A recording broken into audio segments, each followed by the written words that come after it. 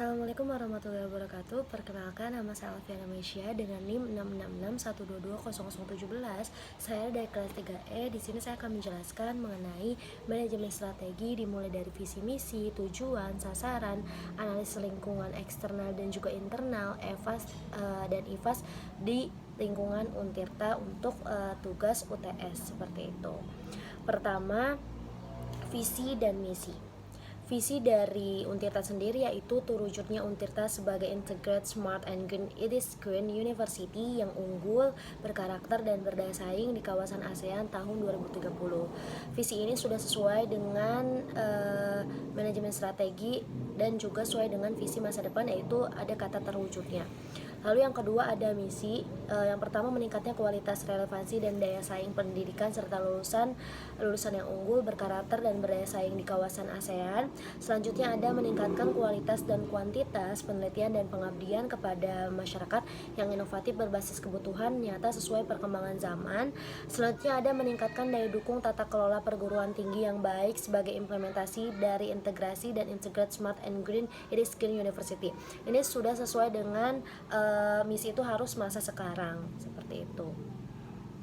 Selanjutnya ada tujuan dari Untirta sendiri. Yang pertama, meningkatkan kualitas pendidikan dan pengajaran di semua program studi termasuk memperkuat kurikulum atau metode pengajaran yang inovatif, efektif, dan metode pengajaran inovatif serta unggul. Lalu yang kedua, menghasilkan lulusan yang unggul, berkarakter, dan berdaya saing di kawasan ASEAN. Lalu yang ketiga, menyediakan lingkungan akademik yang kondusif dan juga mendukung untuk pengembangan potensi mahasiswa dan staf akademik. Selanjutnya, mewujudkan dosen dan pegawai yang bermutu dan berkompeten. Dan yang kelima, menghasilkan produktivitas, penelitian, dan pengabdian masyarakat yang unggul. Selanjutnya yaitu sasarannya. Sasaran dari Untirta sendiri yang pertama adalah meningkatkan kualitas lulusan dengan peningkatan kompetensi dan daya saing di tingkat nasional dan internasional. Lalu meningkatkan kualitas pengajaran, penelitian, dan pengabdian pada masyarakat yang berorientasi pada kebutuhan pembangunan berkelanjutan. Selanjutnya ada meningkatkan kualitas dan efektivitas tata kelola perguruan tinggi. Lalu ada meningkatkan kemitraan dengan institusi dan organisasi dalam luar negeri dan juga meningkatkan kualitas layanan dan pengembangan kepada masyarakat. Ini belum sesuai dengan prinsip SMART dan belum ada waktunya seperti itu. Jadi memang masih sesuai dengan tujuan, ada lokasinya, tapi waktunya itu belum ada seperti itu untuk tujuan dan sasaran dari Untirta. Selanjutnya kita akan menganalisis lingkungan eksternal dan juga internal. Yang pertama ada ekonomi, pertumbuhan ekonomi yang stabil dan terus meningkat memberikan peluang untuk pengembangan infrastruktur, perolehan sumber daya manusia yang berkualitas, dan peningkatan kualitas pendidikan dan penelitian. Lalu ada juga eksternalnya, itu ada basis kultural, yaitu kondisi sosial budaya yang berkembang dalam masyarakat dan mempengaruhi persepsi masyarakat terhadap universitas. Selanjutnya itu global, itu pengaruh global ya, seperti adanya persaingan antar universitas di negara lain, perubahan kebijakan di luar negeri, serta kebijakan internasional di bidang pendidikan juga dapat mempengaruhi lingkungan eksternal dari Universitas Untirta itu sendiri. Selanjutnya ada human di internalnya, yaitu human research, yaitu SDM di Untirta terdiri dari dosen, staf akademisi, terus tenaga kependidikan. Kualitas SDM di Untirta cukup baik dengan dosen terhadap mahasiswa yang relatif seimbang. Selanjutnya ada finance atau keuangan. Dalam aspek keuangan, Untirta perlu memperhatikan pengelolaan dana yang baik dan transparan serta memastikan adanya dana yang cukup untuk membiayai seluruh kegiatan pendidikan dan penelitian. Lalu ada teknologi. Teknologi merupakan aspek penting dalam dunia pendidikan saat ini. Untuk mengikuti perkembangan teknologi yang semakin cepat, Untirta perlu meningkatkan infrastruktur agar internet dan laboran dapat meningkat canggih. Oke, selanjutnya kita akan menganalisis mengenai IVAS dan EVAS. Yang pertama ada strength dengan bobot, rating, dan skor, yaitu bobotnya 0,50, ratingnya 4,333, terus juga skornya ada 1,55. Terkait dengan reputasi dan akreditasi akademik yang kuat, tenaga pelajar dan staf yang berpengalaman, pusat dan fasilitas penelitian yang memadai, tingkat kepuasan dan referensi siswa yang tinggi.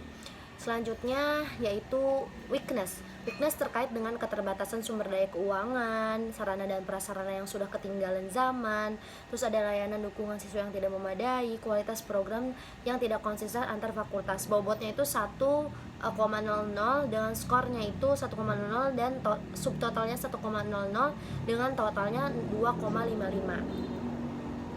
Selanjutnya opportunities. Kita kan sedang menganalisis SWLT.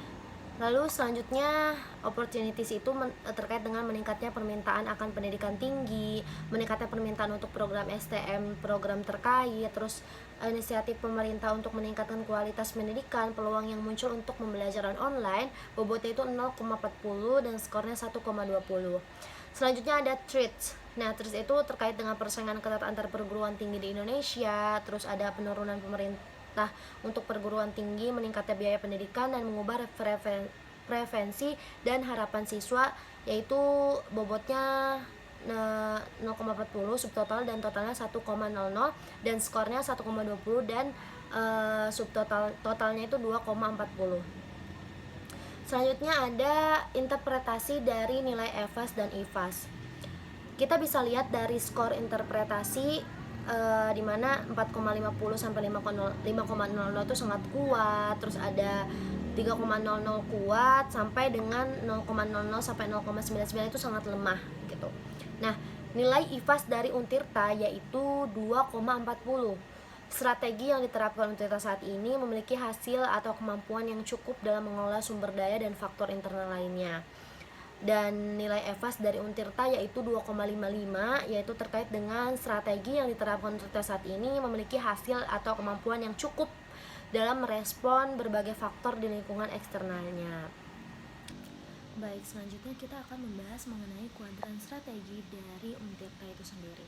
Berdasarkan hasil EFAS yaitu 3,56 dan juga IFAS dari 3,76 yang berada pada kuadran 1, maka diketahui kuadran strategi dari Untirta berada pada posisi antara sumbu opportunity dan strength, yang berarti Untirta memiliki peluang eksternal dan kekuatan internal, sehingga strategi yang harus diterapkan dalam kondisi ini adalah mendukung kebijakan pertumbuhan yang agresif, yaitu growth oriented strategy.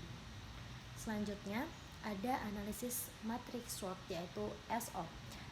Untirta memiliki kekuatan yaitu memiliki akreditasi institusi unggul yaitu mulai A pada tahun 2018, memiliki dosen dengan jumlah dan kompetensi yang memadai untuk mendukung penyelenggaraan Tridharma yang berkualitas dan berkelanjutan, serta telah tersedia evaluasi terhadap proses belajar mengajar di Untirta. Sedangkan peluangnya yaitu luasnya lapangan pekerjaan baik di sektor pemerintahan dan swasta yang dapat mudah dimasuki oleh lulusan Untirta, tersedianya bantuan dana dari pemerintah dalam pengembangan dosen dan tenaga pendidik, lalu pemberlakuan globalisasi pendidikan memberikan peluang semakin lulusan besar terhadap sumber rekrutmen mahasiswa maupun lapangan kerja lintas negara bagi lulusan Untirta. Selanjutnya, dari analisis matriks SWOT ini kita memiliki nilai yaitu mengeksplorasi pengalaman dan akreditasi maupun adanya pencitraan promosi penggunaan tinggi ke masyarakat, sekolah, kantor, dan kegiatan organisasi dalam masyarakat seperti Karang Taruna, PKK, Maul Iklan, dan lain dengan penilaian itu 0,09-3/0,27. Selanjutnya mensupport dosen Untirta terutama dosen pada usia produktif untuk terus mengembangkan diri serta lanjut menyelesaikan studi S3-nya dengan penilaian untuk 0,10-4/0,30. Selanjutnya yaitu membangun kepercayaan masyarakat dengan menggunakan kegiatan penelitian dan pengabdian kepada masyarakat dengan penilaian untuk 0,9-4/0,36.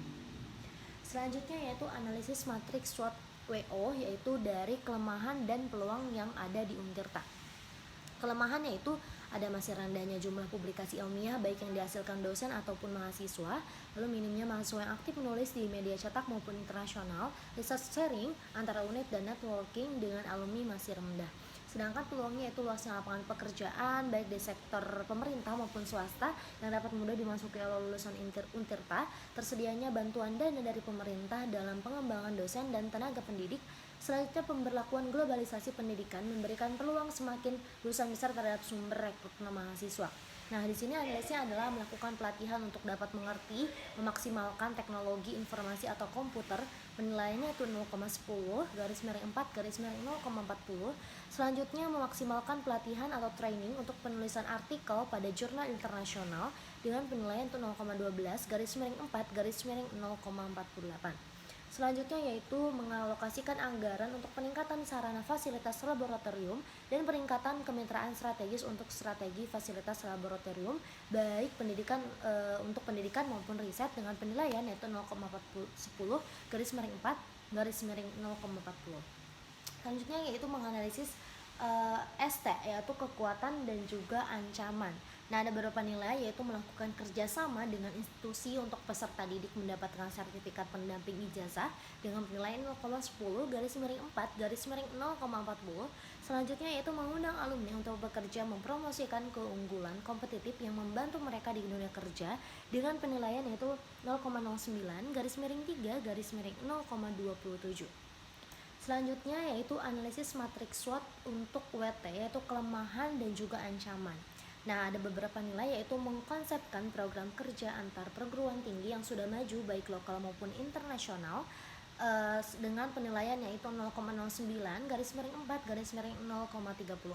Selanjutnya yaitu memfasilitasi dosen-dosen, staf yang ingin meningkatkan level akademiknya dengan membantu baik finansial untuk melakukan penelitian dan memberikan penghargaan untuk staf atau dosen yang telah melakukan banyak penelitian dan pengabdian kepada masyarakat dengan menetapkan target tertentu dengan penilaian yaitu 0,12 garis miring 5 garis miring 0,80. Nah, selanjutnya yaitu kita membahas mengenai balance scorecard. Yang pertama adalah perspektif finansial atau keuangan dengan objektivitas yaitu meningkatkan pengumpulan dana, tujuannya untuk meningkatnya sumbangan dana atau pemberian tahunan serta pemberian dana untuk penelitian, yang mana indikator kinerja utamanya yaitu jumlah dana yang diperoleh dari luar sumber rutin, persentase dari dana dan sumber lain selain sumber dana utama, dan juga rencana tindak yaitu penyediaan anggaran.